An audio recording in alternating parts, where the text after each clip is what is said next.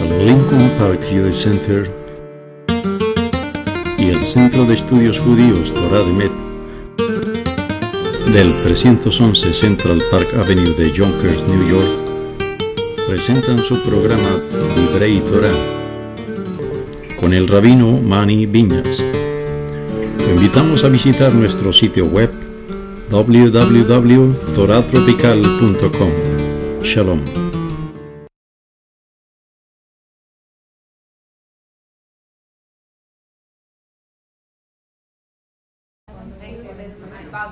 You bought them yourself. Okay. 6730. Oh. I just texted phone out here.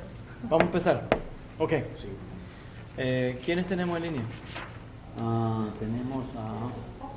Tenemos a Ariel Yehudí en Oaxaca, Carreño en Oaxaca, Claudio.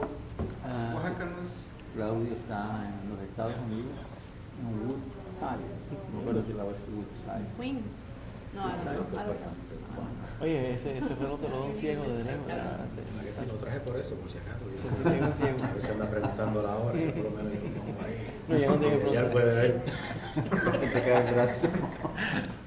Tremenda fuerza que tiene ese hombre. Está César Maiteyedi en Lima, David Bermúdez en Canadá, Calgary, Diana Inés, México, Efren en Venezuela, Elena en Houston, Enrique y Silvia en México, Bueno. Gaby en Chile, Iliana en México, y Manuela Argentina, Juan José en México, Mario Jordán en Guatemala,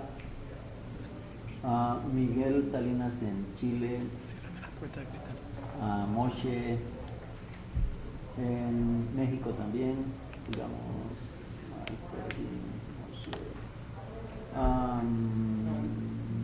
Nelson y Flor en West New York, Otto en Queens, Pablo en México, Ramón Líbanos en USA, Ricardo en Boston, Massachusetts, Samuel y Elena Mena Pues deja en lo que salga, porque si no explota. Naples, Florida, Sara en Bucaramanga, Romo Nachman, Venezuela, y Israel Aguado en México. En este momento 25 por la otra. Esos son terminales, eso no quiere decir que son 25 personas. Detrás de los terminales hay más. ¿Quién? ¿Verdad que sí? ¿El boricua ese? Por la otra tenemos 4 más. No los identifico. Pero, ¿Está bien? Ok. muy bien. Vamos a seguir. ¿Ya? Estamos haciendo una serie sobre... Perdóname, quiero aclararte con tu permiso y tu perdón. Es que somos cubanos que queremos reivindicarnos y dicen los de Naples. ¿Qué pasó? Que tienes ahí unos cubanitos que están llegando acá. ¿Cubano? ¿Hasta cubano? Ah, no, eso Somos no. cubanos viviendo en Naples, Samuel y Elena Mena. Tremendo exilio. Yeah, hay algunos cubanos que les gusta esta cosa. Yeah. ¿Usted se cree que los mexicanos nada más? Bueno, no podemos sacar a mexicanos. Ok, bien. Bienvenido, hasta los cubanos están bienvenidos en esta clase. Yo soy abierto a todo el mundo. Muy liberal. Le doy la bienvenida a todo el mundo. Hasta las mujeres ecuatorianas que hacen café. Vamos a seguir. Estamos haciendo una serie. Bueno, ¿cómo sigue la gente? ¿Todo el mundo bien ahí? ¿Todo el mundo bien aquí? Are you the rabbi? That's what they call me. What happened to the caretaker? He'll be here in a minute. I can't. I don't know where he is. You don't know where he is? You need him? You need him? Usually the caretakers, we're here like for 45 years. Never had a problem without a caretaker. Do you need him? Now all of a sudden, he retired, So we're gonna have a problem. Do you need them? Certainly I need them. Okay, that's all I needed to know. I not only need them, I want to discuss them and what we want them to do for us. He'll be here in a minute. I'll text him right They'll now. be here later or what? I'll text him now. I don't know where he is. You know. Okay, thank you. Listen, you know, sir, Yes. when things are new, it takes a bit to get things working, but it'll I work. understand. The patience is it'll come. It'll come. Okay, All right? okay. Yeah, I remember you. You're the one with the tzaddik license plate, aren't you? I'm the one with the what? With the tzaddik license plate. Yes, Yeah, that's right. right. The one who brought the tray for meat. I know what it means.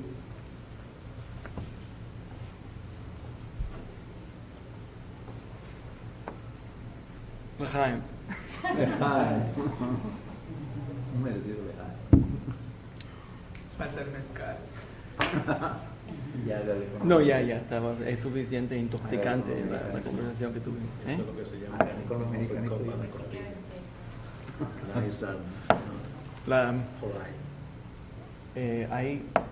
Hay una libertad que gracias a Dios viene de estudiar Torah, y eso es que uno puede decirle la verdad a la gente cuando tiene que decirse. Yeah. Here we go. La semana pasada estuvimos haciendo una pequeña incursión a algunos de los versículos, algunos de los versos que están en la Torá que tienen que ver con la conexión del pueblo judío con la tierra de Israel. Siguiendo la idea, la base, que uno de los elementos más importantes para entender la teología, la experiencia religiosa, la identidad, el proceso de conversión, etcétera, todo lo que es la identidad judía, tiene no solamente que ver con la práctica del judaísmo halágico, sino que parte de la halajá es una conexión entre el pueblo judío y la tierra de Israel. Esa conexión entre el pueblo judío y la tierra de Israel es absolutamente sagrada y es una parte clave de la identidad judía. El judío no solamente tiene una lealtad, una conexión a los otros judíos del mundo, sino también a la tierra de Israel, y no solamente a la tierra de Israel, pero entendimos a través de los psukim, a través de los versos que estábamos estudiando, que no es solamente que el pueblo judío está instruido en la Torá a vivir en la tierra de Israel, sino también a ser soberanos sobre la tierra de Israel. Es muy importante entender que son las dos partes. No solamente, Chas v'Shalom, que el pueblo judío esté viviendo bajo una ocupación extranjera, como hemos vivido en algunas etapas de la historia judía que vamos a estudiar cuando estamos aprendiendo del sionismo. Porque esas etapas de las opresiones y las invasiones de afuera que entraron a la tierra de Israel es parte de lo que inspira al movimiento del sionismo y el exilio, cuando tuvimos que salir de la tierra de Israel y todo lo que nos ocurrió en los exilios afuera de la tierra de Israel. Eso inspira el deseo de retornar a la tierra de Israel. ¿Ya? Pero parte de la identidad judía es una identidad muy conectada en una forma muy profunda a nuestra relación con la tierra de Israel y al sueño que se ha hecho realidad en nuestros días del pueblo judío que ha retornado a la tierra de Israel, y no solamente retornó, sino es soberano sobre la tierra de Israel.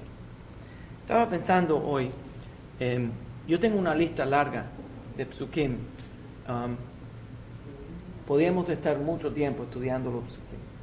Lo que voy a hacer entonces es que estoy preparando una lista de los versos que tienen que ver con esto, y entonces vamos a circularlo para que ustedes tengan una referencia, porque se va a poner un poquito larga la lista de los psukim.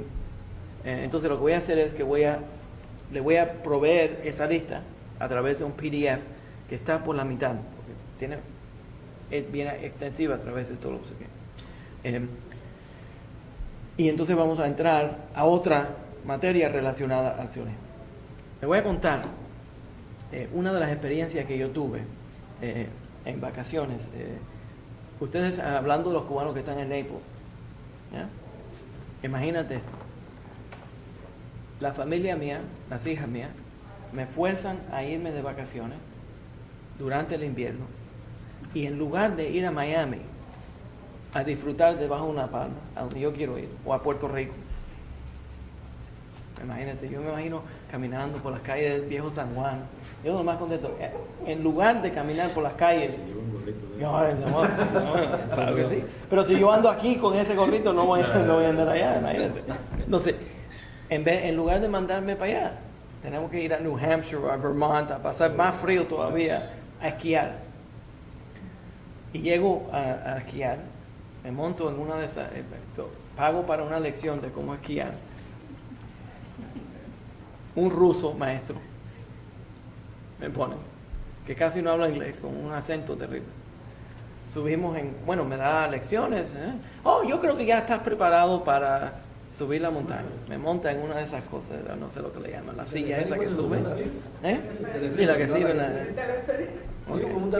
Me sube para allá y yo estoy, pero temblando, no por el frío, pero por el miedo. De que... Entonces, llegamos allá y me pregunta, cuando estamos subiendo, él tiene al hijo del joven, un niño de 12 años. Me dice, what do you do for a living? ¿Cómo te ganas la vida? Y en vez de decirle que soy un social worker, le digo que soy un rabí.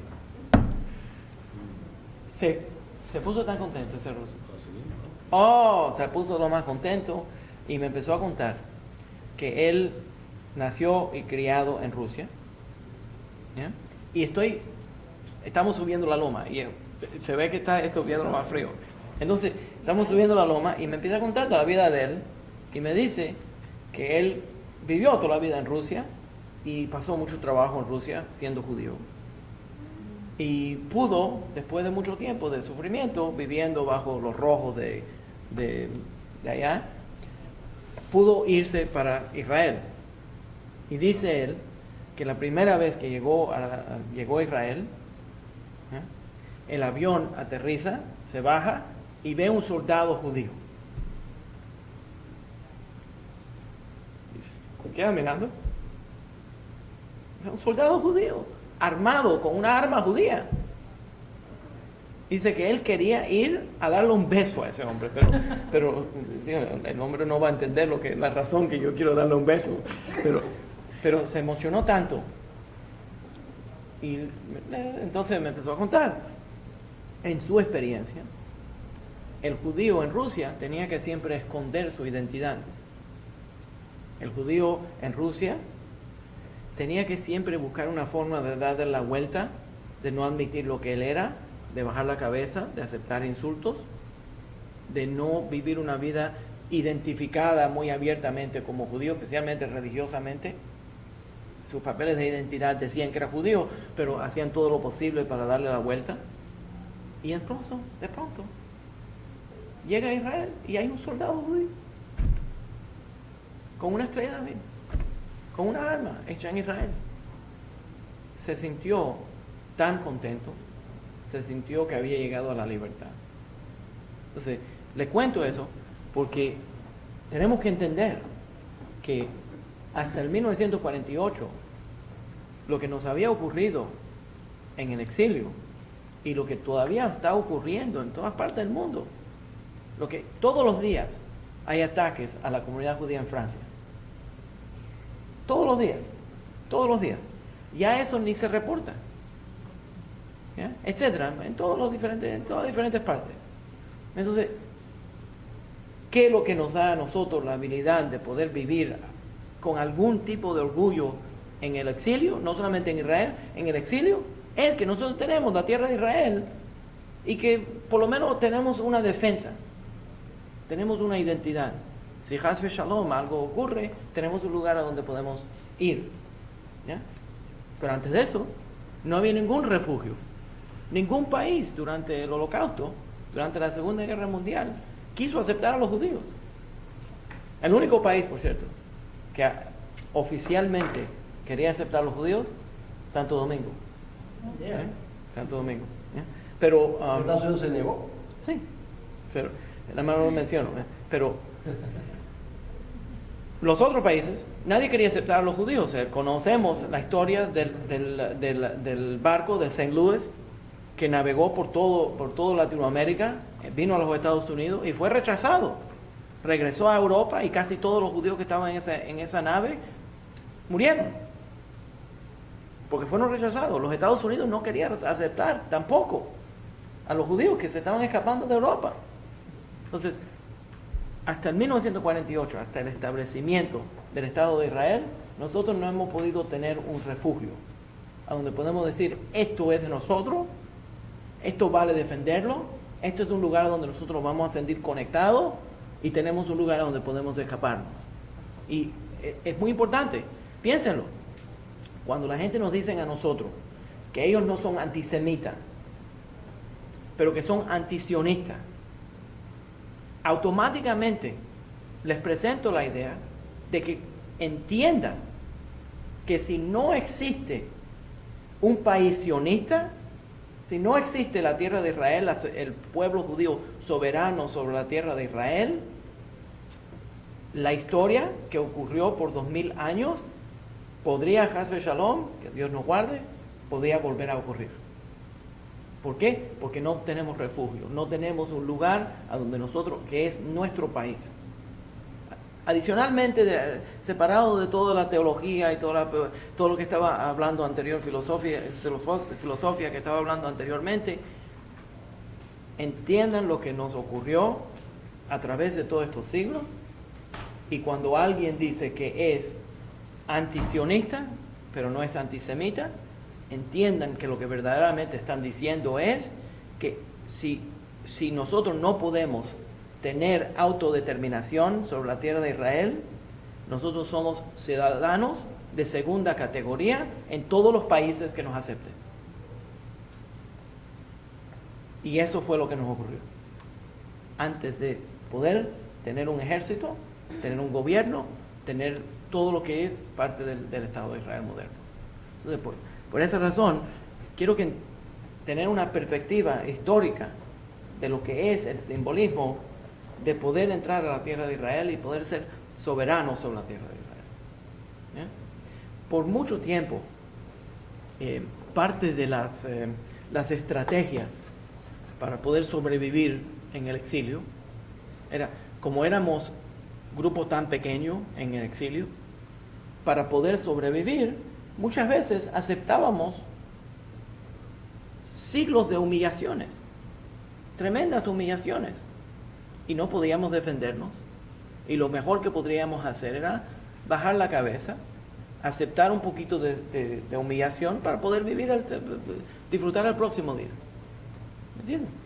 Entonces, hoy en día no estamos en esa situación por la creación del Estado de Israel, es sumamente importante.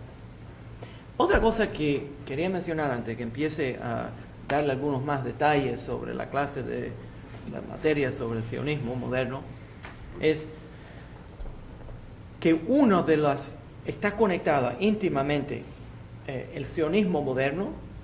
Hoy en día hay mucha gente que, bueno, de pronto tienen opiniones religiosas donde dicen, bueno, el Estado de Israel no es lo suficientemente religioso, ¿ya? Y expresan la idea de que como el gobierno de Israel no seguía específicamente, pero en muchos casos sí, no seguía específicamente por la halajá, por la ley judía, que no es una entidad religiosa. Y hay hasta un grupo, cuando yo estaba en la yeshiva de Chabad, bueno, que por favor no me manden cartas sobre defendiendo a los hasidim. Entonces, cuando yo estaba en la yeshiva de Chabad, en la yeshiva de Chabad no permitían que alguien cante Hatikva. ¿Por qué? Porque si cantas Hatikva es un canto que no es religioso. Deberías de ser pro Israel, pero no deberías de cantar el Hatikva porque es un sueño no religioso. Entonces ellos desean que el pueblo judío retorne a la tierra de Israel, pero solamente en una forma religiosa. Yo digo no. La religiosidad es una realidad política y no se divide la realidad política de la teología. Y esa es la perspectiva que yo voy a usar para hablar sobre el sionismo. ¿Se entiende lo que digo? ¿Ya? Entonces, esta idea está conectada. El sionismo moderno es una expresión política de un sueño de siglos del pueblo judío, que viene a través de los profetas, que viene como producto del sufrimiento del exilio y todo lo que ha ocurrido a través de la historia judía. Para entender lo que es sionismo moderno, tenemos que saber la historia judía, tenemos que saber lo que ha ocurrido antes de esto, ¿ya? Y para eso, algunas de las cosas que vamos a estudiar. Y una de esas expresiones que usa Yirmeyahu, que usa el profeta Jeremías, para hablar sobre el retorno. Recuerden que el profeta Jeremías es el profeta que está profetizando al pueblo judío que van a ser expulsados de la tierra si no hacen teshuvah. Y después de hablarles que van a ser expulsados de la tierra de Israel si no hacen teshuvah, toda la historia es una historia sionista, porque les dice aseguradamente, Hashem me ha dicho que aseguradamente van a ser expulsados de la tierra de Israel. Viene el enemigo, va a destruir la tierra de Israel, tenemos que hacer teshuvah, tenemos que regresar a la Torah, no podemos seguir abusando a diferentes elementos de la sociedad, tenemos que ser justos, tenemos que ser correctos, etc. Y entonces, en el medio de esa prédica, lo más bonito que siempre me llama la atención es que Hashem le dice, ahora que él ha predicado todo eso, compra tierra en la tierra de Israel y asegúrales que en la misma forma que los voy a botar de la tierra, va a venir el día a donde los voy a recolectar y los voy a retornar a la tierra. ¿Ya? Exactamente lo que Yirmeyahu le profetiza al pueblo judío ocurrió. Y exactamente la restauración del Estado de Israel ocurre, la restauración del Estado, la restauración, el retorno del pueblo judío retorna a la tierra de Israel de Babel. I hate to interrupt again. ¿Cómo sigue, mi gente? ¿Están entretenidos por lo menos? Por lo que me imagino? Para que vean lo que está ocurriendo en las sinagogas. Qué bárbaro, dice Diana. ¿Eh? Es un corte comercial. Un corte comercial. Ok, vamos a ir. Entonces, la razón que ando en esta vez que no voy a perder, yo no voy a perder el hilo, ese tipo no me va a ganar. Entonces, una de las profecías que viene a través de Jeremías y otros profetas es no solamente, y Jeremías lo dice abiertamente y viene a través de todos otros profetas también, no solamente que el pueblo judío va a retornar de la tierra de Israel, pero van a venir judíos de todas partes del mundo, de las 4 esquinas del mundo, ¿ya?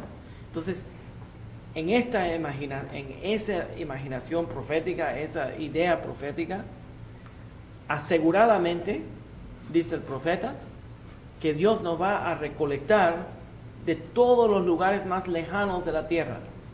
Pero en ese tiempo todavía no había ocurrido el exilio. Y los exilios que habían ocurrido estaban cercanos, estaban en Irak. Pero el profeta ya vio que iba a venir el día a donde nosotros estuviéramos en Oaxaca y en Yonkers y en lugares extranjeros como Yonkers y Brooklyn. Cosas raras como Brooklyn. ¿Ya? Entonces, ¿se entiende lo que estoy? Y Miami, West Miami. Eso también es un exilio. Entonces, sabía que íbamos a ser colectados. Y eso también estamos viendo en el establecimiento del Estado de Israel. Que está regresando, se llama Kibbutz Galuyotenu, el retorno de los exiliados. El retorno del pueblo judío de todas las diferentes partes del mundo, retornando a la tierra de Israel. Entonces, estamos viendo no solamente el establecimiento de la tierra de Israel, la soberanía del pueblo judío, pero el retorno de todas partes del mundo, regresando a la tierra de Israel. Hoy en día te sientas en un café en Tel Aviv y ves todo tipo de personas caminando en la calle de Israel, todo tipo de personas. Entonces, estamos viendo el retorno del pueblo judío. ¿Ya? Los Teimanim, los yemenitas, cuando fueron retornados a la tierra de Israel en los años 50, el Estado de Israel mandó aviones a Yemen, colectó a la comunidad judía de Yemen, una mayor parte de la comunidad judía de Yemen, y ellos retornaron a la tierra de Israel. Una de las profecías que era parte de esa comunidad era no solamente la idea de que la Torah dice que Hashem nos va a cuidar como una madre águila cuida a su criatura, pero ellos tenían una tradición que uno de los sabios de ellos le había dicho, que tenía una profecía de que venían unos aviones, venían unos pájaros plateados y que ellos iban a regresar. ¿Ya? Entonces, imagínate, estamos viendo y vamos a estudiar esto, vamos a ver que muchas de las profecías que se vieron en los tiempos antiguos se están dando hoy en día y deberíamos, en lugar de cuestionarlas, dar las gracias. Estamos pidiendo que nos retorne a la tierra de Israel por 2000 años y retornamos y nos está restableciendo y cada vez que vamos a una guerra nos da cierta victoria. Entonces es muy importante dar gracias y reconocer que esto se está encaminando. Entonces lo que voy a hacer es que preparé, tengo que usar los espejuelos porque no sé cómo escribir y para poder oír. Ya, ok. Preparé, esta clase va a ser sobre la influencia de Babilonia en la idea de Zion. Y la razón que quiero concentrarme tanto en la experiencia del pueblo judío en Babilonia es porque es el primer exilio en masa del pueblo judío que sale de la tierra de Israel después de la destrucción del templo. Y lo que hice fue que te voy a presentar, antes de decir Birkat Hamazon, la oración después de comer. En algunas comunidades se le añade un salmo antes de decir la oración. El salmo para Shabbat y para Yom Tov es Shir HaMalot. El salmo 121. El salmo diario es Al Naharot Babel. ¿Ya? Le voy a leer ese salmo y no me acuerdo el número, pero ahora te lo voy a decir y lo vas a encontrar enseguida. ¿Bien? Ok. Entonces, ¿alguien tiene ahí el número del Al Naharot Babel? No, ahora no. Ok. Entonces, lo que quiero hacer es, porque las palabras que están compuestas en este salmo van a explicar la filosofía, la experiencia de vivir en el exilio y añorar a la tierra de Israel. 137. Ahí está. You heard? Okay, here we go. Si me olvidara de ti, oh 137. Tiembla mi diestra. ¿Quieres decirlo tú? Si me olvidara de ti, oh Jerusalén, tiembla mi diestra su destreza. ¿Pero dice más que eso? Sí, Okay. esa partecita la tengo en una lámina en la cara. Ok. Viene de esta manera. Dice, al lado, en los bancos de los ríos de Babilón, de Babel, allí nos sentamos y lloramos cuando recordamos a Zion. Colgamos nuestras arpas sobre las sausas, porque allí nos llevaron cautivos y requirieron de nosotros que cantemos a donde nos castigaron, y requirieron alegría, diciéndonos, cántanos uno de los cantos de Zion. Entonces, el pueblo judío se lleva de prisionero a una tierra extranjera, y el extranjero le dice, tienen que estar alegres aquí en esta tierra extranjera. ¿Ya? pero ellos no quieren cantar. Y le dice, tienes que cantar y tienes que estar alegre. Cántenos uno de los cantos de Sión. Y el pueblo judío responde, ¿cómo podemos cantar el canto de Hashem en una tierra extranjera? Si te olvidaré, oh Jerusalén, deja que mi mano derecha falle. Si no te recuerdo, que mi lengua se pegue al techo de la boca. Si no, prefiero a Jerusalén más que mi más alegre alegría. Recuerda, Hashem, a los hijos de Edom en el día de Jerusalén, quienes dijeron, destrúyela, déjala vacía hasta su propia fundación. Oh hija de Babilonia, de Babel, que deberías de ser destruida, contento será el que tire tus hijos contra las piedras. Ese es el Salmo. Recuerda que esa parte sobre los ríos de Babilonia fue llevado a la música con un éxito grande por Bonnie M. Sí, Fue sí, tremendo. sí. Pero es muy importante este salmo. Este salmo es muy importante. Cuando uno se casa, nosotros tenemos la costumbre, como mencioné anteriormente, de romper un vidrio cuando uno se casa debajo de la jupá. En el rito sefaradita, y hoy en día en muchos ritos ashkenazí, la persona, el hombre cuando rompe el vidrio, dice, Imesh Kacher Jerusalén. Si se me olvida Jerusalén, que falle mi mano derecha, que se me pegue la lengua al techo de la boca, me muera. ¿Ya? Entonces, en ese momento más alegre, tiene sentido. Si no pongo a la memoria de Jerusalén sobre todas las demás alegrías, prefiero morirme. ¿Ya?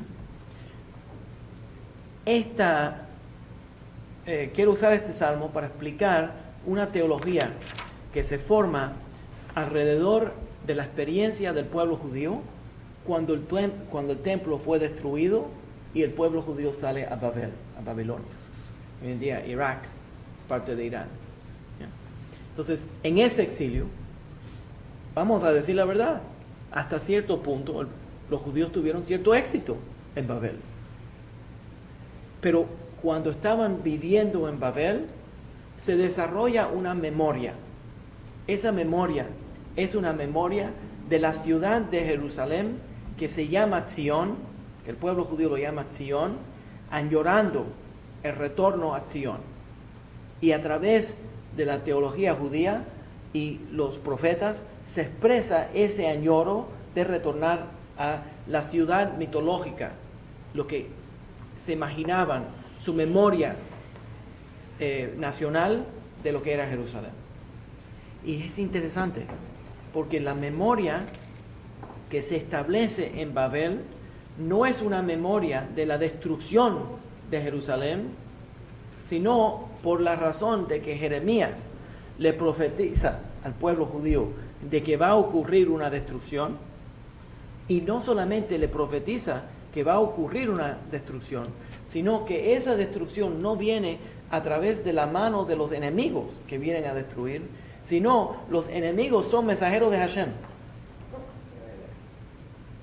Entonces, es muy importante entender esto, porque, como expliqué anteriormente, en todas las demás identidades nacionales durante ese periodo de tiempo, cuando una nación derrotaba a otra nación, los dioses de la nación derrotada se destruían y ellos aceptaban los dioses del que había vencido. Pero el judío es la excepción a la regla, porque el profeta no solamente le está diciendo, ok, viene esta destrucción, el Dios de Israel me está diciendo que viene esta destrucción, y esta destrucción no viene porque el enemigo es más poderoso que ustedes, esta destrucción viene porque ustedes están podridos, porque ustedes no están haciendo lo que Dios les manda. Entonces todo lo que está ocurriendo, entonces siempre el Dios de Israel gana. Entonces, hasta cuando pierde, Él gana. Entonces el pueblo judío sale al exilio, y esa identidad es que si nosotros retornamos a la práctica judía en el exilio y empezamos a estudiar Torah y empezamos a acercarnos a la tradición hebrea, podemos recuperar lo que nosotros perdimos. y empieza el añoro de retornar a la tierra de Israel, justo como Jeremías, el profeta, les dijo que iba a ocurrir. Y así mismo ocurre. Pero Babel entonces se vuelve siempre uno de los lugares donde se desarrolla una tradición rabínica de estudio de Torá, y está conectada esa identidad, está conectada al estudio de Torá, y el estudio de Torá, esto es muy importante entenderlo. El Talmud dice que en todos los lugares, a donde el Talmud de Babel dice que en todos los lugares a donde el pueblo judío está viviendo en el exilio, existe en cada comunidad a donde ellos viven una embajada de Israel. ¿Cuál es la embajada de Israel? El lugar donde uno estudia Torah. Entonces, ¿qué quiere decir? Que cuando entras al estudio de Torah, te has refugiado en la embajada de Israel, en la embajada del pueblo judío, y es como si estás entrando espiritualmente a la tierra de Israel. Ahora, también el Talmud dice, y cuando tiene grandes listas, y dice, habla sobre las frutas de Israel. Las frutas de Israel son 10 veces mejores que las frutas del exilio. La luz en Israel es 10 veces mejor que la luz en el exilio, etcétera, etcétera, etcétera. Entonces, estamos hablando de algunos rabinos que están presentando en el Talmud que nunca entraron a la tierra de Israel, nunca vieron la tierra de Israel, pero añoraban tanto la tierra de Israel que crearon una identidad en el exilio que estaba tan asociada a la tierra de Israel, no al derrote de la tierra de Israel, sino al añoro para el restablecimiento de la tierra de Israel. ¿Se entiende lo que estoy diciendo? ¿Ya? Entonces,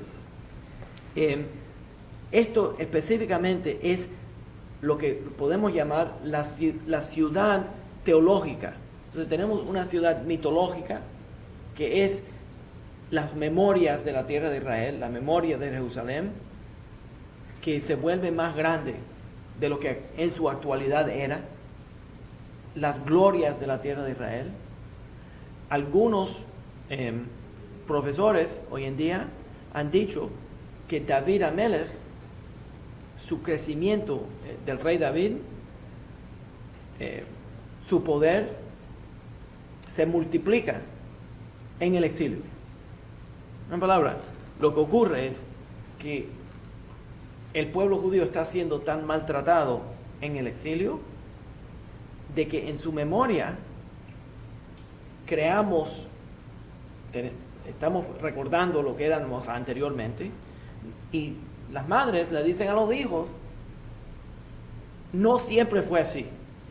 Nosotros teníamos un gran rey que era tremendo general, que venció a los enemigos. ¿Entiendes?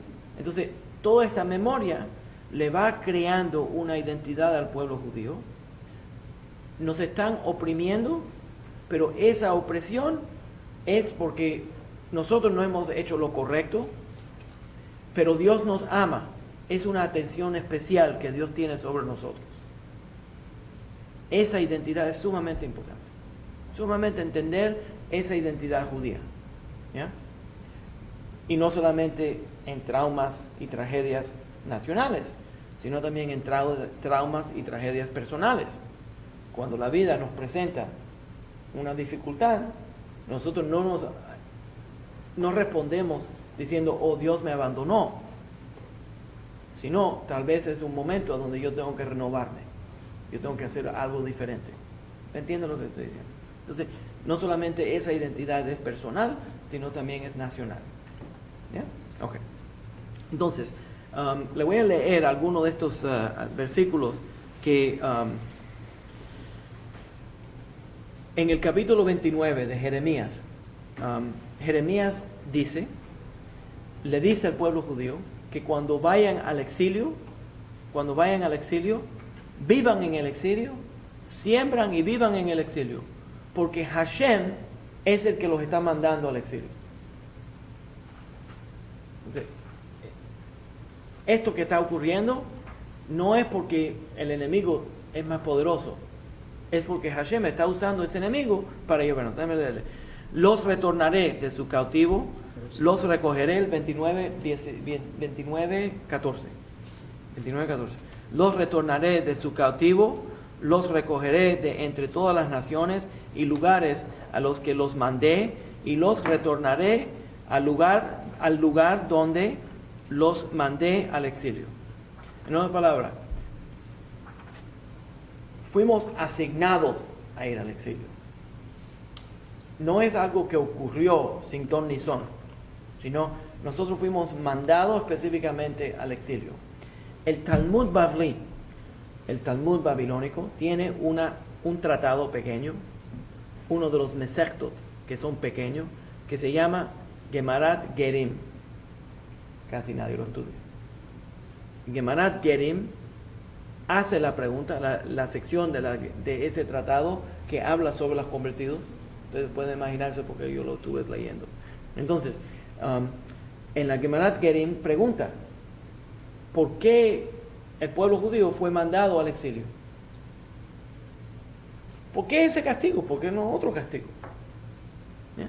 Entonces, la Gemarat Gerim dice que este castigo de salir al exilio fue porque no tratamos a la tierra de Israel con el respeto que se merecía. Y delante de ella, delante de la tierra de Israel, hicimos pecados que la tierra de Israel no puede aguantar. La identidad de la tierra de Israel es tan sagrada que no puede aguantar esa actividad tan podrida, y por eso no nos pudo mantener ya en la tierra de Israel. Y nos botaron de la tierra de Israel. Nos abortó la tierra de Israel. Nos vomitó la tierra de Israel. ¿Ya? Porque nos actuamos en una forma tan asquerosa, tan fea. Así mismo dice el Talmud. Entonces nos manda al exilio. ¿Para qué? Para que aprendamos a añorar a la tierra de Israel. Ese añoro de la tierra de Israel nos enseña cómo darle el honor necesario a la tierra de Israel. ¿Ya? ¿Otro más? El Talmud también discute que por qué nos mandó Hashem a todos estos diferentes países, y es para levantar a los demás países, para que ellos entiendan también el valor de la Torá y el valor de la tierra de Israel. Otra opinión que dice el Talmud, que en cada nación, el Talmud lo dice directamente, en cada nación existen personas que tienen que ser recolectadas también para que retornen ellos también a la tierra de Israel. Entonces, no puede venir el Mashiach, dice el Talmud, que no puede venir el Mashiach hasta que el pueblo judío viva suficiente tiempo en el Golá para convertir a los que tienen que convertir. Sí, quiero estar un poquito claro en esto, porque heredé cierto tipo de información, quiero saber si está correcta, y es porque tengo entendido, hasta donde he leído, de que los que están expatriados o los que él va a colectar son parte de las tribus que están expatriadas alrededor del mundo. Déjame, es un poco más que eso. Okay. Sí, la respuesta es sí y es no. Déjame decírtela. No, la pregunta está buena, es tremenda pregunta, como siempre. Entonces tú la guardas aquí, la preparas y entonces afilas el cuchillo. Pero está buena. Déjame decirte, sí. Parte de la profecía es que las 10 tribus que fueron esparcidas se van a recolectar y van a retornar a la tierra de Israel antes de que venga el Mashiach. Eso también se ha dado. Déjame decir que eso también se ha dado en los últimos años. Y lo estamos viendo en los últimos, no estamos hablando de hace mucho tiempo. Recientemente, en los últimos 10 años, se identificó la tribu de Menashe en el norte de India, que nunca habíamos oído de la tribu de Menashe. Se llaman este grupo el Bené Menashe y han hecho aliyá a Israel. Entonces, las 10 tribus que fueron esparcidas, déjame terminar la idea, las 10 tribus que fueron esparcidas a todas las diferentes tierras, la profecía es que van a regresar. Pero en este caso, cuando el Talmud está hablando de eso, no solamente está hablando del retorno de las 10 tribus, del otro lado de San Bastión. ¿Se lo conocen, San Bastión? Entonces, no solamente está hablando de de las 10 tribus, sino de Goyim, gentiles, que añoran de ser parte del pueblo judío y que la única forma que van a poder acercarse a la experiencia del pueblo judío es que el pueblo judío ha tenido que entrar al exilio, interactuar con ellos, y cuando el pueblo judío retorne a la tierra de Israel, ellos retornan junto con el pueblo judío porque son legítimamente parte del pueblo judío. Entonces no son gente que vienen de las 10 tribus, okay. No solamente. Hago la pregunta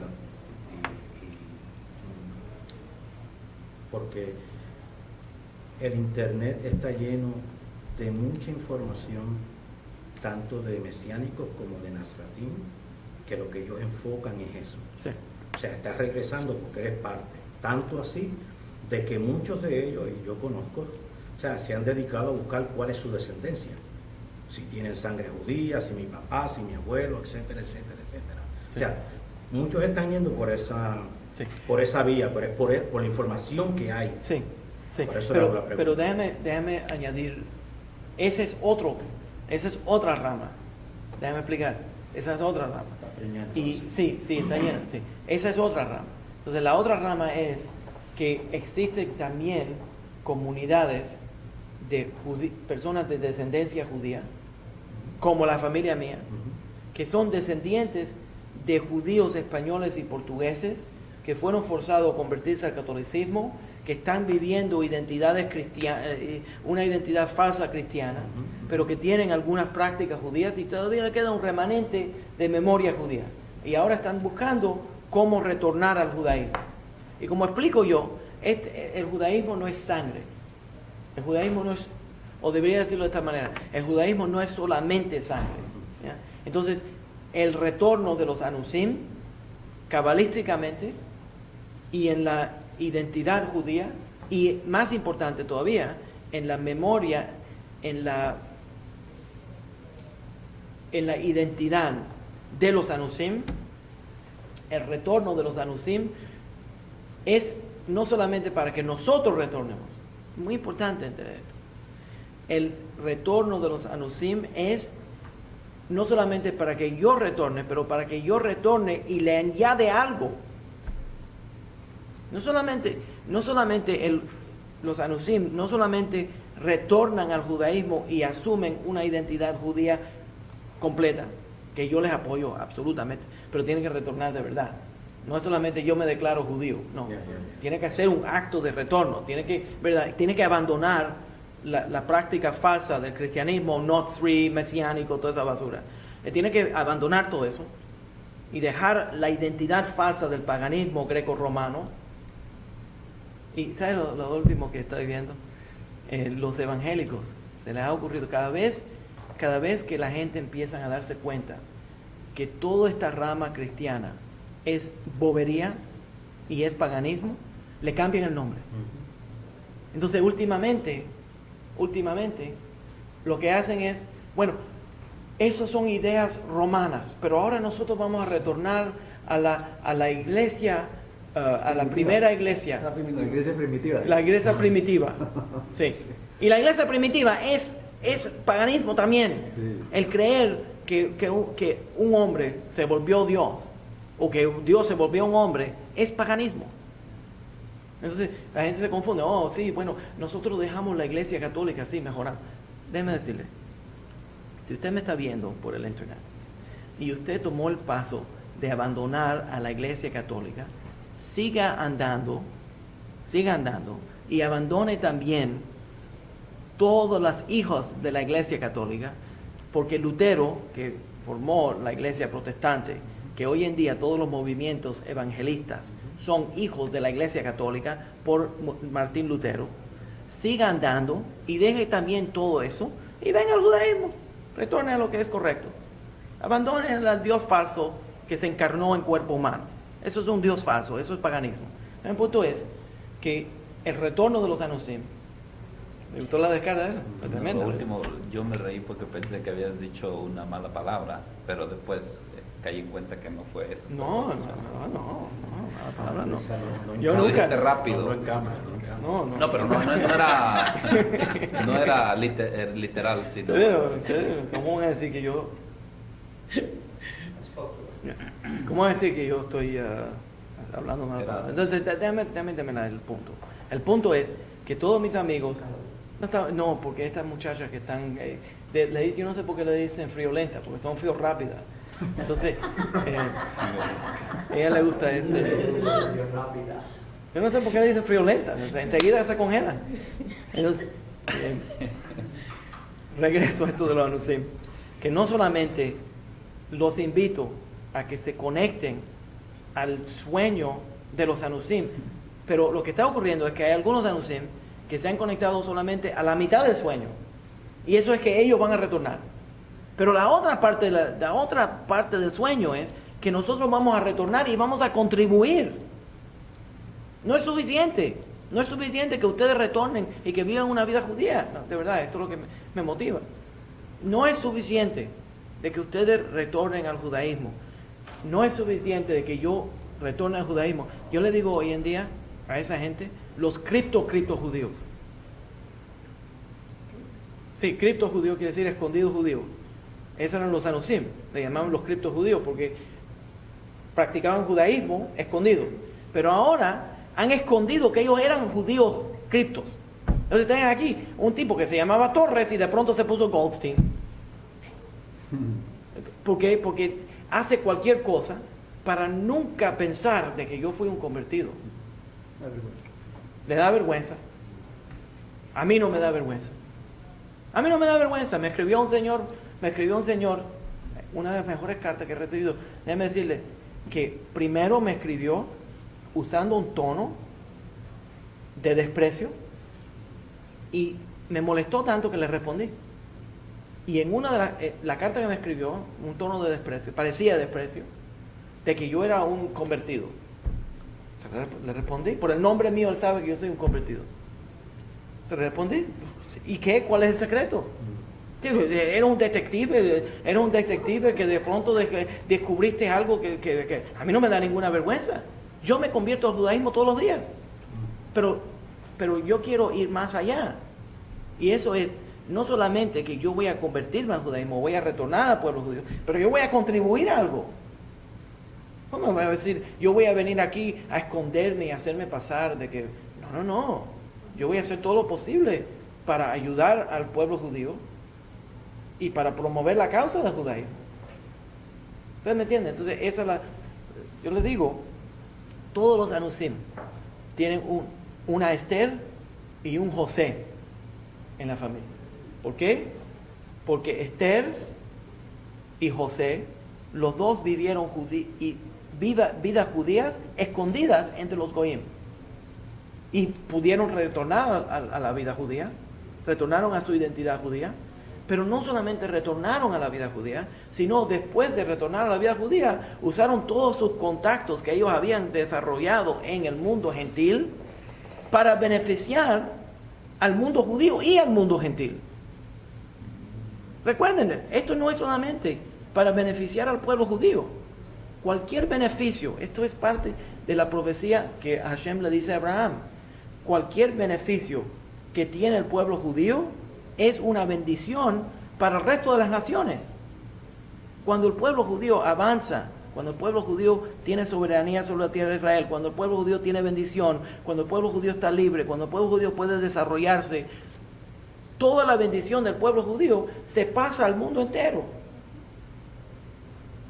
Nosotros somos menos de 1% de la tierra.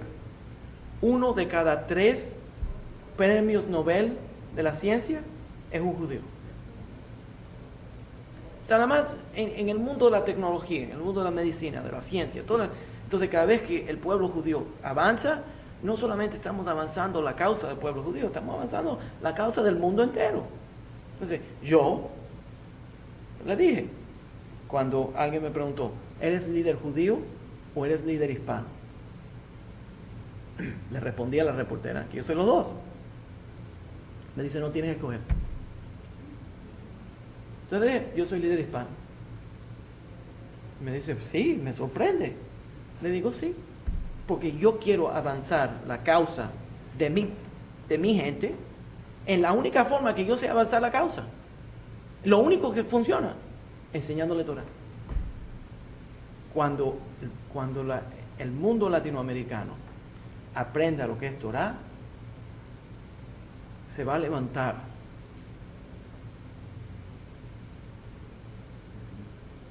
¿Ya?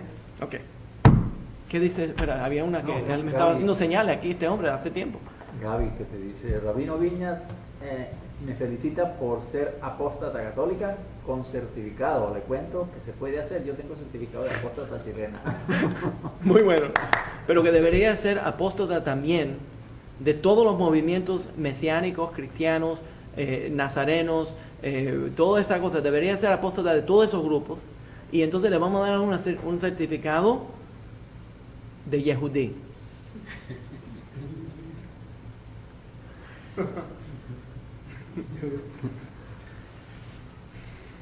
Por favor. Oh, te iba a hacer un comentario de que eso es lo que necesita México. Correcto. Sigue. Por el nivel de ignorancia en que a través de todas las generaciones han tenido amarrada a la nación. Ya no es solamente comunidad, es la nación entera. Por tanto, no es solamente el nivel de educación, es en todos los ámbitos. Yo salí de México a los 14 años y parte de eso estaba en contra de eso y nunca encontraba las respuestas. Y cuando le preguntaba a mi madre algo, las respuestas eran: cállate, eso no se pregunta, o preguntas que así es. Tienes que ser humilde, tienes que aceptar. Así es la vida. Y ahora, el año pasado, cuando yo pasé aquí las fiestas, lo primero que hice fue hablar con ella y decirle: ahora empiezo a entender todo lo que yo sentía de pequeño y las preguntas que hacía, que no habían respuestas. Sí. Y que nadie las sabe. Sí. Pero el pueblo judío permite las preguntas. ¿Cierto? No siempre tenemos todas las respuestas. Pero ahí te voy a decir algo. Pero ahí está el poder. Pero ahí te voy a decir algo. Recién hace unas semanas, con un primo que él es mayor que yo, tiene como 4 años mayor que yo, él se dio cuenta por mi manera de actuar o por mis cambios, y me enfrentó porque una vez estaba mirando una clase en el internet y lo primero que hizo fue que me confrontó, y después de que yo empecé a hablar con él se acaloró. Yo le dije: yo no puedo hablar contigo si tú te acaloras, yo hablo contigo si tú calmado, pregúntame lo que quieras. Terminamos hablando 3 horas. Y el tipo viene y dice: una ¿por qué corta nos conversación enseña? mexicana, eso, El 3 tipo horas viene hablando de eso no, él viene y me eso no dice: es algo. ¿por qué no nos enseña? Yo le digo: porque al gobierno no le interesa, ni a la Iglesia Católica le interesa que abramos la mente, que nos demos cuenta del engaño en que hemos vivido. Sí. Y cuando tú te das cuenta de que algo no está bien, porque él sabe mucho de la Torah, y él mismo no entiende por qué por eso él no va a la iglesia, pero permitió que su esposa bautizara, hiciera primera comunión y confirmara a los hijos, pero él no sabe por qué. Y yo lo puse a ver las clases en YouTube. Yo creo que es importante. Pero no quiero desviarme demasiado, andar en toda la experiencia del exilio, pero es muy importante entender que esta identidad del deseo de retorno a Sion se intensifica en el exilio. El estudio de Torah se encuentra como como una embajada, un refugio, a donde mientras estudiamos más y más Torah, en una forma sobrenatural, no puedo describirlo, no sé cómo describirlo, pero crece dentro del alma no solamente el deseo de saber más de Dios, de saber más de su palabra, de entender más al pueblo judío, pero de tener la experiencia con Sion. ¿Ya? No sé cómo describirlo. ¿Ya? Entonces, me escribe este señor esta carta y me dice que, bueno, no debería de chotearme tanto de los pastorcitos. Entonces le expliqué que que es una mitzvah chotearse de los pastorcitos. Por la razón de experiencia de Eliyahu, del profeta Elías, en el monte de Carmel, donde se choteó completamente de los sacerdotes de Baal. Se rió, se choteó de ellos. ¿Por qué? Porque lo que ellos estaban haciendo era manteniendo retrasado al pueblo. Y aunque me digas que lo hacen inocentemente porque verdaderamente creen en eso, no importa. Mientras ellos hacen lo que ellos están haciendo, están manteniendo humillado, rebajado a ese pueblo. Y es el deber de todos nosotros que tenemos la experiencia de ver lo que es cierto, decir, eso no está correcto. ¿Ya?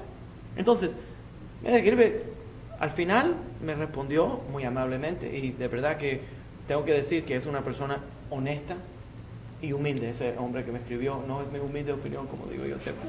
Entonces, pero de verdad, en este caso de verdad es humilde, no tan humilde como yo. Entonces, me respondió y me dijo, no, que me pidió perdón, etcétera, una forma muy, muy agradable. Pero el punto es que hay muchísima gente que se pasan la vida, entonces van ahora a inventar un sistema de retorno de los Anusim para no tener que admitir de dónde venían y que tuvieron que retornar al judaísmo. Cuando al revés, lo que deberíamos decir es, de mi propia voluntad, por mi deseo de acercarme a la Torá, yo tuve la bendición de retornar. Entonces nos pasamos la vida escondiendo de que somos un ger. ¿Por qué?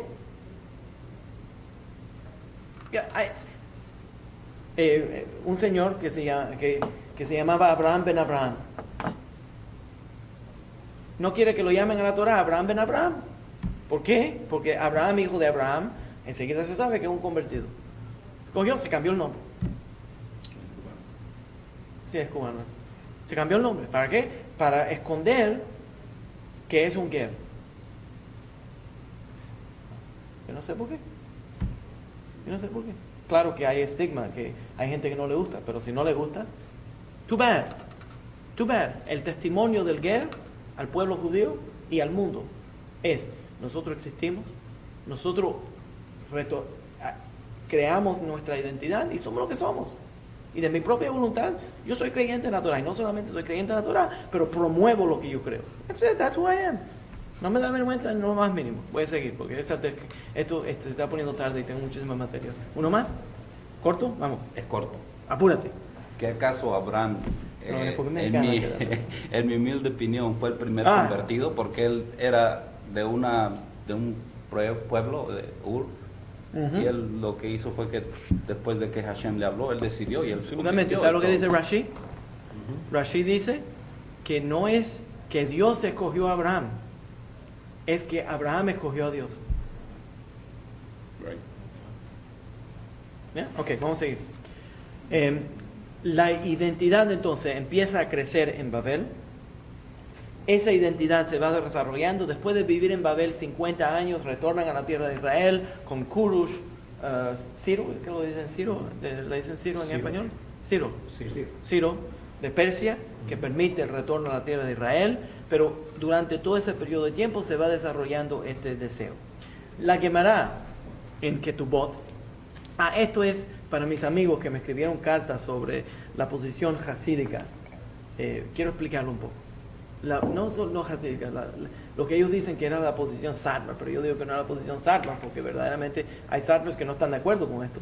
Pero en Babilonia, entonces si entienden, antes de explicar eso, déjenme estar seguro de que entendemos el verso de Jeremías que le estoy diciendo, que es, viene esta expansión, este exilio. Este exilio no es causado por los enemigos de nosotros, sino es causado por nosotros mismos, por los pecados de nosotros mismos. Y no solamente viene un exilio, dice Jeremías, pero también va a venir un retorno a la tierra de Israel. Entonces, cuando el pueblo judío sale a Babel, estamos 50 años. Ya se murió Jeremías, pero vemos que después de 50 años viviendo en el exilio, regresamos a la tierra de Israel y se completó la profecía de Jeremías. ¿Me entienden? Entonces, podemos contar de que la Torá nos está diciendo lo que es justo, lo que es cierto, porque vimos que se dio exactamente la profecía de Jeremías. Entonces, vimos la destrucción y vimos el restablecimiento. El otro lado de esa profecía es que Jeremías le dice al pueblo judío: siembren, cosechen y vivan en el exilio, porque no es que el enemigo te llevó al exilio, sino Dios fue el que te llevó al exilio. Entonces, en cierta identidad judía, estamos en el exilio porque Dios nos mandó a estar en el exilio. Entonces, se desarrolla también el otro lado de la misma moneda, de tenemos que estar en el exilio porque Dios nos mandó a estar en el exilio. Y tenemos que acomodarnos en el exilio porque Dios mandó que nos acomodemos en el exilio. Le voy a leer la base, la fundación de Joel Teitelbaum.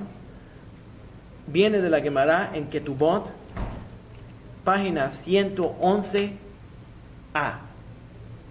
Esta es, de acuerdo con el Talmud de Babel, las 3 promesas que se hicieron al pueblo judío para el exilio.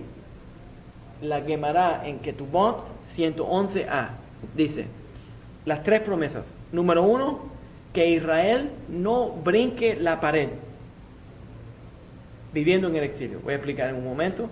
Que no brinque la pared, que no se suba más allá de la pared en el exilio.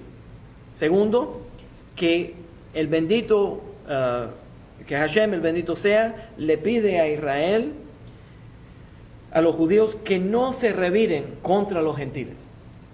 Cuando vayan a las naciones, que no crean, por ejemplo, un ejército y se queden con México. Que no tomen control de otros países en el exilio y que no se reviren contra los goyim.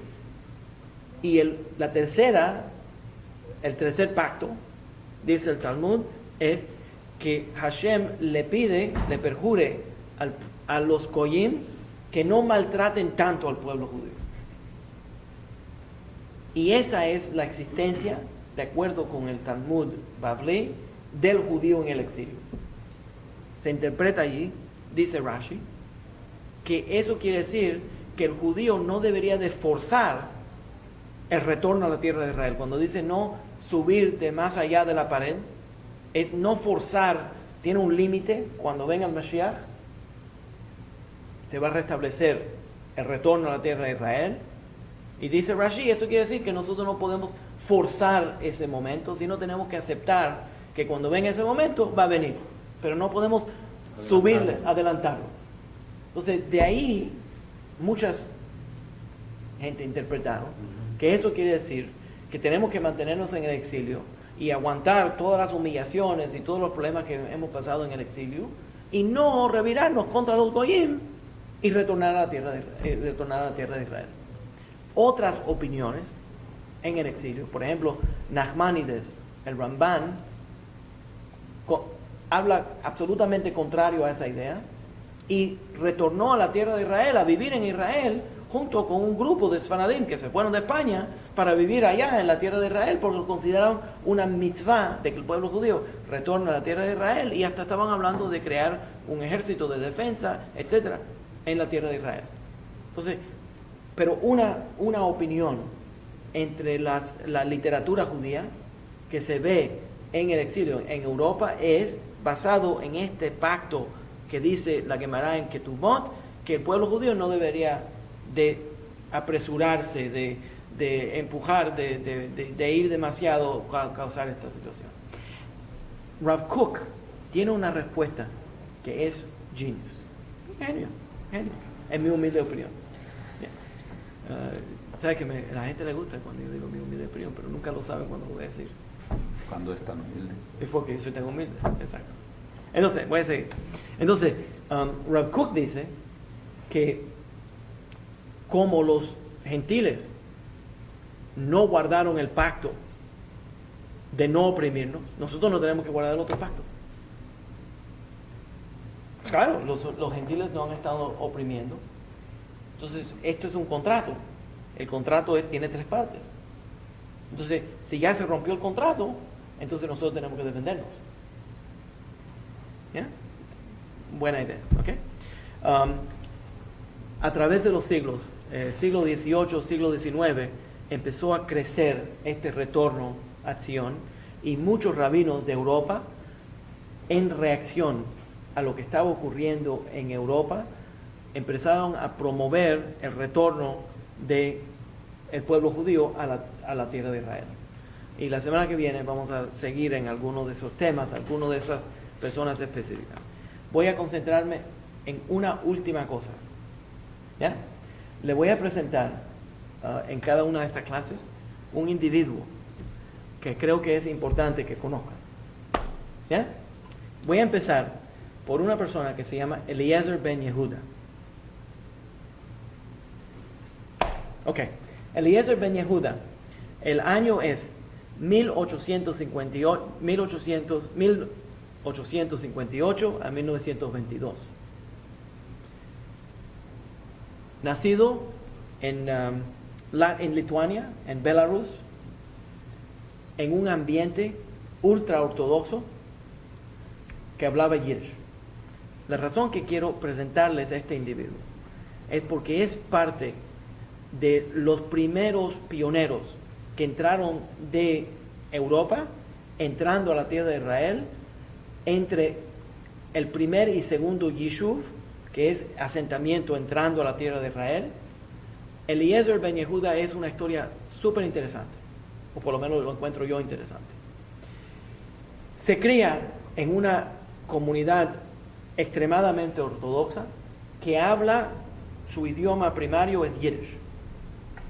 Eliezer ben Yehuda lo mandan a Yeshiva a estudiar, y interesantemente Eliezer ben Yehuda se enamora del idioma hebreo, se vuelve periodista, empieza a producir periódicos, pero como escritor empieza a enseñarse no solamente en esos tiempos.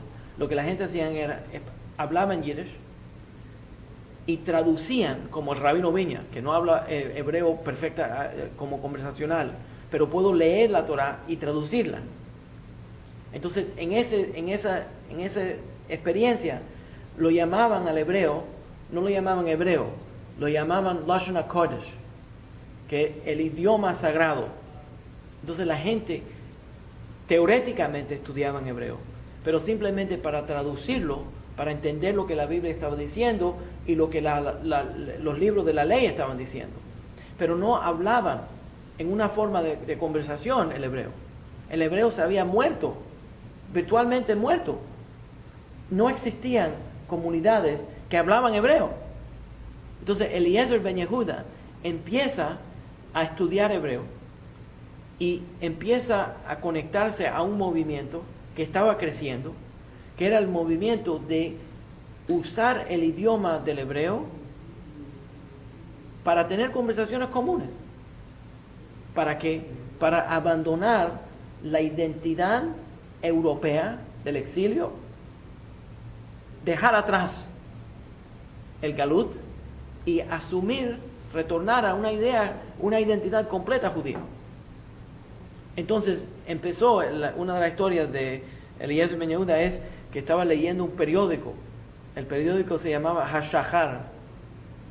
Entonces estaba leyendo ese periódico y empezó a darse cuenta que tenía muchos fallos este periódico en hebreo. Entonces insistió a crear lo que él le llamaba la junta del idioma, el VAD del idioma, el VAD HaLashon, que todavía existe, ¿ya?, en Israel, para estudiar cómo revivir el hebreo. Entonces lo que hizo fue que estudió todas las secciones de los profetas, y a través del estudio de las secciones de los profetas reconstruyeron el idioma del hebreo. Y entonces dice, tenemos que modernizar el hebreo también. Entonces empezó a estudiar árabe y otros idiomas semíticos para aprender las reglas de las expresiones en los idiomas semíticos para modernizar el uso del hebreo. Lo que es más interesante sobre la vida de Eliezer ben Yehuda es, bueno, no solamente estudió religiosamente su conexión al judaísmo, al sionismo, pero entonces también estudia en una forma política el movimiento socialista sionista viene con el segundo Yishuv, el segundo asentamiento a Israel, se establece en Israel en 1881, viviendo en Israel. Esto, la razón que tenemos que hablar todo esto es porque los propagandistas árabes tratan de hacerlo parecer que los judíos no vivían en la tierra de Israel y que regresamos y invadimos en el año 1948. Pero este señor ya vivía en la tierra de Israel y habían asentamientos de judíos viviendo en Israel. Y el sueño que él estaba presentándoles era que como vienen judíos de todas partes del mundo, tienen que tener un idioma común. Entonces, ¿entiendes? Vas a traer judíos de Rusia, y vas a traer judíos de Alemania, y vas a traer judíos de México, y vas hasta de México. Entonces, van a traerlo de todas partes, y van a hablar los diferentes idiomas. Tenemos que tener un idioma en común. Y ese idioma en común, no es, por cierto, el apellido de él era Perlman, pero se cambió el nombre para Ben Yehuda. Hijo de Judá. Quiere decir judío. Entonces, este movimiento quería dejar atrás, sacudirse, usando los términos proféticos, sacudirse del polvo del exilio y dejar atrás. Y una de esas formas era crear un idioma. Entonces ahora, ¿qué se forma? Una pelea, una discusión entre el primer Yishuv que viene a la tierra de Israel, que llega a la tierra de Israel, que son grandes comunidades que ya estaban allí, que eran religiosas, que habían llegado allí entre los Hasidim y diferentes grupos, que habían ido por razones teológicas a vivir en la tierra de Israel y estaban viviendo en la tierra de Israel. Algunos ya estaban trabajando en la tierra de Israel, la agricultura, porque era parte del movimiento de Jovevei Zion, etc. Entonces ya estaban viviendo en la tierra de Israel y dicen que falta de vergüenza hablando el idioma sagrado para cosas comunes. Entonces le estás quitando del elemento sagrado al hebreo, porque el hebreo se ha vuelto consagrado como solamente el idioma del estudio de Torah. Y ellos querían promover que todo se debería hablar en Yiddish, porque Yiddish era un idioma común. Y si, que por cierto, y si quieres decir palabras malas, dígalo en árabe. ¿Yeah? Entonces, se forma esta discusión entre los ultraortodoxos hasta que llegan al punto donde excomunican a Eliezer Ben Yehuda por revivir el idioma del hebreo. El crimen de revivir al idioma del hebreo. Entonces dice él que el idioma, Eliezer Ben Yehuda dice que no se puede revivir al Estado de Israel a menos que revivas a la identidad judía hablando su idioma. ¿Tiene sentido? ¿Tiene sentido? Entonces, y el idioma del hebreo, dice él, es sagrado si se usa comúnmente.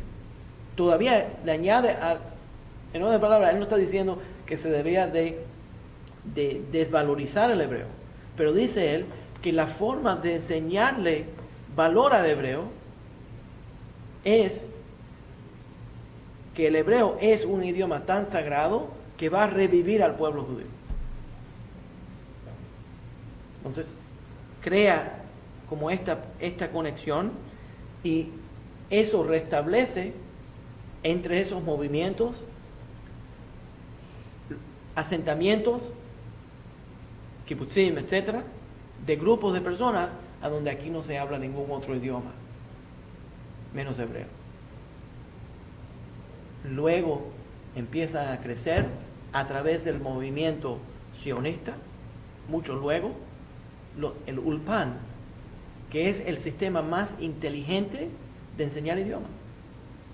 Es el que más logro ha tenido en todas partes del mundo.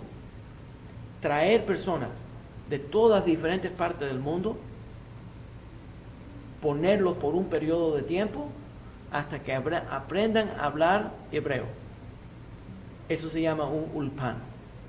Y en ese Ulpan todavía existen personas que vienen de todas partes vienen de todas partes del mundo y aprenden hebreo y no solamente aprenden hebreo, pero aprenden la cultura de Israel, aprenden a conectarse, a culturarse a la tierra de Israel. Ese es un sistema muy importante que creó la unidad del pueblo judío. ¿Eh? ¿Tú? Los tribus de Israel están haciendo eso, que llevan gente de... ¿Eso es lo que estoy diciendo? Ajá. Ya, eso es lo que estoy diciendo. Entonces, el kibbutz, yo te acabo de decirlo, estoy ahora repitiendo, porque... No, entonces, lo que quería concentrarme es, empieza entonces en Babel, este deseo, cuando estábamos afuera de la tierra de Israel, de retornar a la tierra de Israel, también un ajuste a la profecía de Yirmiyahu, de que tal vez tenemos que vivir en el exilio, pero entonces cuando la opresión está tan grande en el exilio, empieza de nuevo el deseo de retornar a la tierra de Israel. Y diferentes movimientos, diferentes grupos se empiezan a formar dentro del mundo sionista, y gracias a Dios se creó cierta unión entre ellos, y entonces se da la creación del Estado de Israel. A través, pero vamos a repasar mucho sobre esto, le voy a dar algunos detalles. Pero quería presentarles por lo menos Eliezer Ben Yehuda, para entiendan que hasta ese día, hasta ese tiempo, el exilio era tan profundo que la gente no hablaba hebreo. ¿Entienden? Entonces, todo esto es parte del renacer del pueblo judío.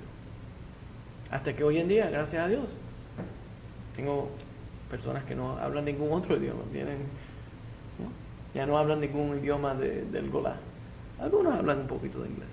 Todo esto por causa del exilio. ¿Tan largo?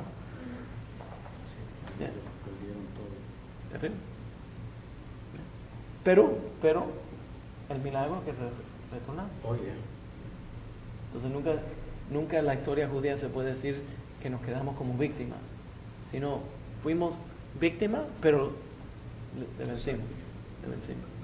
Hay un tribu allá que en un lugar que se llama Josare, que es donde estaba la tribu de Manasés y Efraín, que la divide un río que se llama Tapúa. Y yo estuve en ese tribu porque es de los primeros tribus que vinieron de Europa.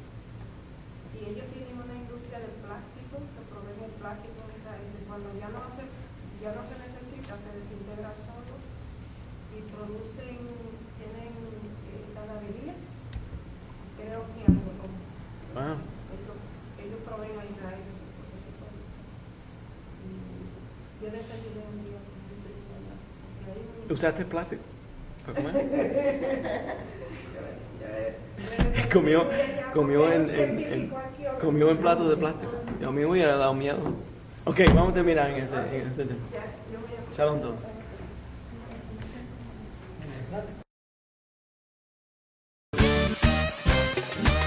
Cuando el Lincoln Park Youth Center y el Centro de Estudios Judíos Torah de Met del 311 Central Park Avenue de Yonkers, New York, presentaron su programa Divrei Torah con el rabino Mani Viñas. Te invitamos a visitar nuestro sitio web www.toratropical.com. Shalom.